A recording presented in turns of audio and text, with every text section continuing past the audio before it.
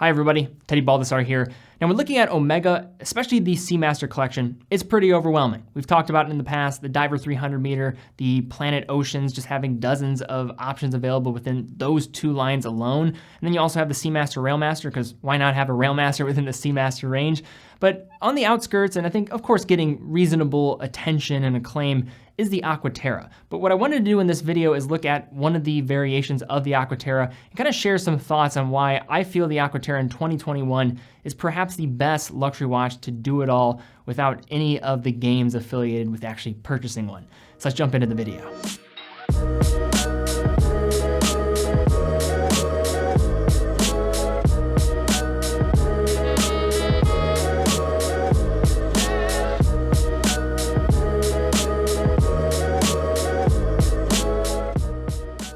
Now, a question I get all the time is, what is the best first luxury watch that I should get? And why I thought the Aqua Terra would make a lot of sense to cover in more detail is it's sometimes, of course, very popular. I think it does get a lot of attention, but do people really understand what it's maybe presenting in the marketplace now, just given the economics in the watch industry with just 2021? I wanted to dive into that. So just some backstory on this watch, of course, looking at the specific model. So we're looking at a 41mm green dial variant, but we'll speak, of course, generally talking about the entire collection as well. And then at the end, just a general take on why I believe the Aqua Terra is perhaps the best first luxury watch that you can get, or maybe the best do-it-all luxury watch that you can get for a relatively reasonable price, considering this is a luxury product at the end of the day. Before we jump into this video, if you want something a bit different though, do want to call attention to an amazing watch on teddybaldassarre.com with the Zenith Defy Classic. This is a model that I reviewed, and it does have that mass market appeal, but it is a bit different in terms of not seeing it everywhere on everyone's wrist. The cantilevered indices, that blue dial, it is going to be mass appealing in terms of its looks, but also providing something that is a bit different. Integrated bracelet that's going to be appealing to something that, of course, I think we all know with a lot of those high horology sports integrated style bracelets, but with the movement inside, with that elite caliber being skeletonized, really offering up a really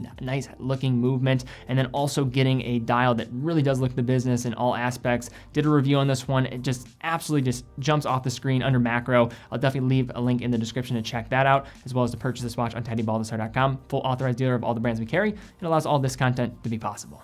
Now, starting with just a bit of background here. So the Aqua Terra line is relatively a newer creation for Omega, with its initial launch being in 2002. And the collection has since seen just a variety of variations in terms of size, dial color, bracelet, strap options, case material, and of course, a myriad of different movements and complications over the years. At its core, the Aqua Terra is basically a hybrid of the Seamaster DNA with some Railmaster types of vibes in terms of what it's going for when you're talking about a little bit of that luxury flash that comes with the Seamaster package and the high resistance to magnetism as well. Jumping ahead though to 2017, the current Aqua Terra collection was released. So cosmetic changes were of course there, and internal updates as well. But let's begin with looking at this watch in terms of its case and its wear on the wrist. And today, again, we are looking at a 41mm variant, and it is a well-worn variant as well, so well-loved. And I think that might give a great representation in terms of what you can expect with really pushing this watch to the distance in terms of everyday wear. So as we jump into our conversation on wear, it's important to note that up front,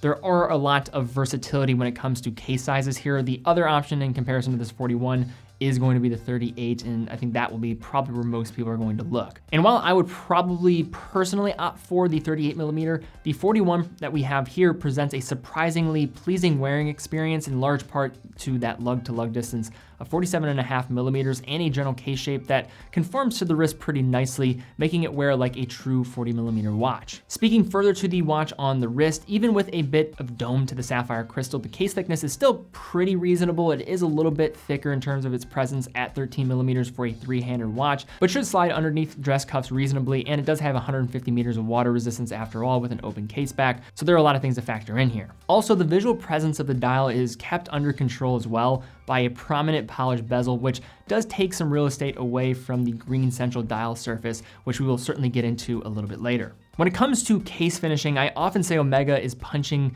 well above its weight in terms of price, and that is indeed the case here, no pun intended. With a charming mix of polished surfaces on the slanted outer bezel and on the edge of the turned lugs, with satinized surfaces on the case flanks and the anterior surface. Between the 20mm lugs, we have a bracelet that grants this watch a bit more of an attention-grabbing nature by way of its polished center link and satin outer links, a theme carried all the way to the hidden butterfly clasp on the underside that is also signed. The bracelet features wonderful breathability with half links on either side with fine-tune adjusting with these screwed in links. Given the clasp and its butterfly nature, it isn't quite as secure and hefty in its feel compared to some other bracelets in the category at this point, but still very well done. Flipping the watch over, we have an exhibition case back, absolutely necessary in this case as it allows for an unobstructed view of the industrial yet well-finished caliber 8900. And as we make our way towards the dial, we meet a highly polished bezel before taking in the gently domed sapphire crystal with anti-reflective coating on each side. So this is going to really make this crystal almost appear non-existent at specific angles, offering a very clean view of the green dial underneath. Now, in many ways, the case shape of the Aqua Terra is reminiscent of other members of the Omega family and the Seamaster collection as a whole. But where the Aqua Terra presents its true identity is in the signature grain dial that has been a mainstay in this model for years, in much of the same way the wave dial has been for the Diver 300 meter. Executed here in a deep olive green color, the teak grain is meant to evoke the feel of wooden boat decks and laser engraved horizontally across the dial's otherwise sunburst primary surface. Now, with the stripes going horizontally across the dial, this is a main difference between previous iterations, as you would typically see some vertical striping. Another element of this line finish is that sometimes it's overlooked that the thickness or the density of the lines are not equal throughout, with a deeply grooved horizontal line being set within two consecutive thin lines, offering a bit of understated texture. In addition, a date window, white on black in this case, rests within a stepped window in a symmetrical 6 o'clock location with rhodium-plated indices that are applied to handle the time-telling duties, along with a handset that blends a few historical Omega Seamaster designs. And when combining the handset with the applied markers with the rest of the case and its polished surfaces and just more turn-lug design, it really does come together rather cohesively. Luminescent material is in strong supply on the indices and hands and glows with reasonable incandescence, not shining to the same degree as many within the Seamaster family, but perfectly acceptable for an everyday watch of this type. Now, speaking of the hands, they are of course controlled by the signed screw-down crown, slightly recessed into the case for protection, but no crown guards here. However, an important point here is that the second position, we have an isolated hour hand function that will offer seamless adjustment of the hour hand without stopping the balance. So it acts pretty much like a traditional GMT movement, making it a great travel companion with a bidirectional date as well. Dial text is also low-key, with Omega choosing not to brag about its more than necessary 150 meters of water resistance on this dial, a nice element for this dressy but aquatic watch, and then simply stating two aspects of the movement, it being a master chronometer and featuring a coaxial escapement. Now, directing our attention back to the 8900 caliber on the flip side, simply put, we have one of the most high-tech watch movements that you're gonna find for around $5,000. Now, Omega first industrialized Dr. George Daniels' coaxial escapement in 1999, and has in years since produced an intriguing collection of manufacturer calibers integrating the coaxial system, operating with a 3-point pallet constructed to maximize the surface interval of the movement with its reduction of sliding friction compared to a traditional Swiss lever. Now, the 8900 is part of the newest generation of in-house calibers from Omega, being also found in the Omega Globemaster as well. Speaking first to the finishing on the movement, we have waves across the rotor and the bridges with fine graining as well, perlage on the base plate, and a useful yet attractive array of 39 jewels. The caliber 8900 also makes use of a gamut of Omega's movement up spec, including a free-sprung balance with a silicone balance spring, twin barrels in order to help this watch achieve its 60-hour power reserve, and optimizing the balance's amplitude across the entire power reserve. And we're also getting a staggering resistance to magnetism at 15,000 Gauss, an impressive feat when you put it into context comparing it to the likes of Rolex with the mil Gauss, with that one only resisting 1,000 Gauss. And finally, this watch is a certified master chronometer, a credit granted by METAS, the Swiss Federal Institute of Metrology, who are going to test this watch across a variety of 8 tests, testing at an additional position than the cost standard, slimming down the range of deviation to 0 to +5 seconds a day compared to the -4 to +6 seconds a day with cost, and is going to test the movement fully cased up. And this certification is really well documented, so you can go to Omega's site and see what they're actually testing out. They offer some pretty good detail here if you are interested. But in terms of high-level specs of the movement, we're looking at 25,200 vibrations per hour, 3.5 hertz, so pretty traditional coaxial escapement beat rate, hacking and hand winding, so hacking stopping the second hand when you pull out the crown to the farthest position, and we also have a 60-hour power reserve. But this movement inside of here is very much embodying what the Aqua Terra is going to do in terms of its styling as well. You're getting an industrialized approach with some elements of course, artisanal watchmaking and design, and of course, getting the over-delivery of many of the specifications for the money. So at the beginning of this video, I did mention with some emphatic claims why the Aqua Terra was probably one of the best watches that you're gonna find out there for a, say, first luxury watch or a do-it-all luxury watch. So let's first understand, when you're saving up for a luxury watch, you want something that's probably, and if it's gonna be your one and done, it's gonna cover you in all different scenarios. And when many people do that, they're maybe considering a lot of different factors. Maybe they're thinking about value for money from a luxury perspective. What's the maybe highest brand in terms of mass market appeal? That's sometimes an interest, but also things around the movement and its overall ability to check off the boxes in a lot of different areas. Also considering the macroeconomics of what is going on with Rolex and how difficult it even is to get a standard Oyster Perpetual and the games that are taking place over there.